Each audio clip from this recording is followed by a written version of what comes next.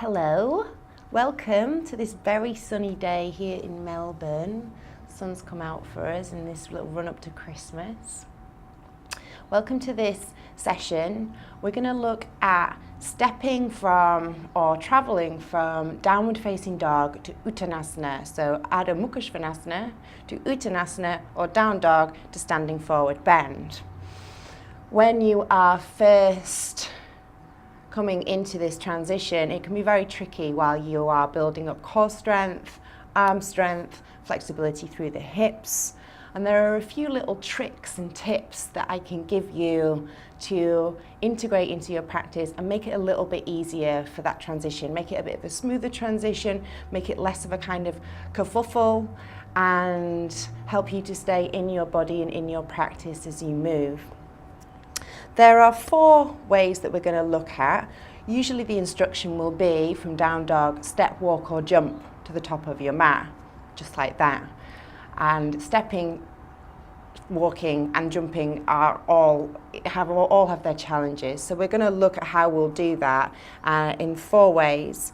We're going to look at stepping through, and that's useful whether you're coming to a standing forward bend or to a low lunge or a high lunge or any standing pose.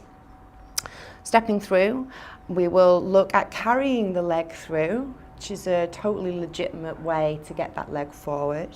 We will look at coming from all 4s, and then we will look at, there's a 4th, I can't remember, but it's all right, it will come. Let's begin on all 4s and take ourselves into downward facing dog. Set the foundation first, spread the fingers wide. It's a super wide finger spread, and you root down through the 4 corners of the hands, but the palm knuckles and the finger pads, not the tips, the finger pads draw towards the palm knuckles. And that starts to give you this activation through the hands, also known as Hasta Bandha, a hand lock. Hug the arms together, tuck the toes, lift the knees, sail the hips back as you press the earth away into downward facing dog. Take a breath here, and by all means just watch this as a demo as opposed to doing it with me, entirely up to you. We're going to play with stepping through. The key to stepping through is to create as much space as possible. So we're going to come from a lift the leg to the sky move. Right leg lifts, come high up onto the ball of the foot, and through this I'm starting to get more height between me and the floor, more space. The hips are travelling up and forward, and then I bring the knee through, and as I travel forward, I come onto my fingertips. That's the little trick. So we make more space to bring the knee through. I'll do that again on this side.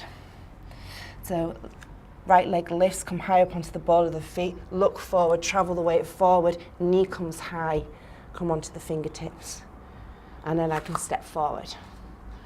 So this is stepping through.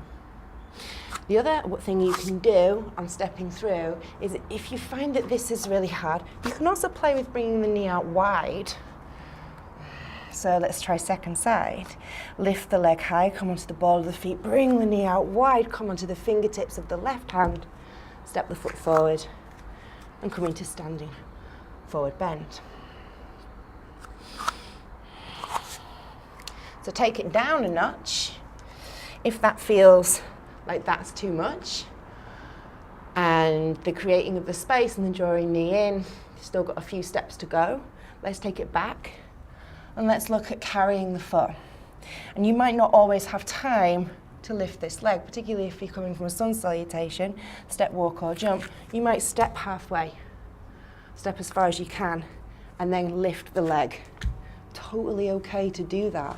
There is no law that says that there's anything bad about doing that. There is no bad there. And you can step forward here. Let's try second side. Step, walk or jump to the top of your mat will be the cue. You step, you carry the foot, and you get momentum as you press off the back foot and step forward. Just like that. Okay, so we're working down from hardest down to easiest. So if this still isn't you, and you're like, nah, you know, I can kind of do that, but I would like an easier route in for now while I'm building my practice and my strength, then that's totally okay. And I would come, when the cue step, walk or jump, come down to all fours, come onto your fingertips, make that space, step one foot through and step the other foot through. Ka-ching. Okay? Totally legitimate, always allowed. Don't feel like you have to keep up and you have to do exactly what you're being told to do. You can take it down and use your wisdom and your intuition and, you know, common sense as well. Like, sure, come down to all fours if that's going to make it easier for you to go through. And then the fourth one is stepping forwards when we walk forwards. So step, walk or jump. This is my least favourite because what I see when this happens is a lot of struggle and a lot of pressure being put into the lumbar spine particularly. What we always want to try and work on is a nice long spine, which is why when we sail the hips back into downward facing dog and we press the earth away, we're looking to get as much space between the vertebrae as possible. And what can happen is if we walk forwards, when our hamstrings get tight, and this can start to happen and we can start to round.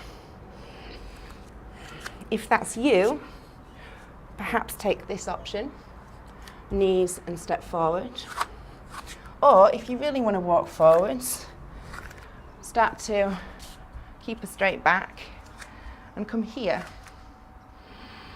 And your halfway lift will be with bricks or hands to shins. So you've really got a lot of integrity coming through your core in order to keep your spine straight and long. And those are our 4 ways in to travel from down dog to standing forward bend. All fours, carry the leg through, step by creating as much space as possible, or walk forward with a straight spine. If you have any questions, leave a comment, get in touch. I would be more than happy to respond to any questions you might have. Play, enjoy, and take your time. It will all come. Thank you for listening and watching and practicing. Namaste.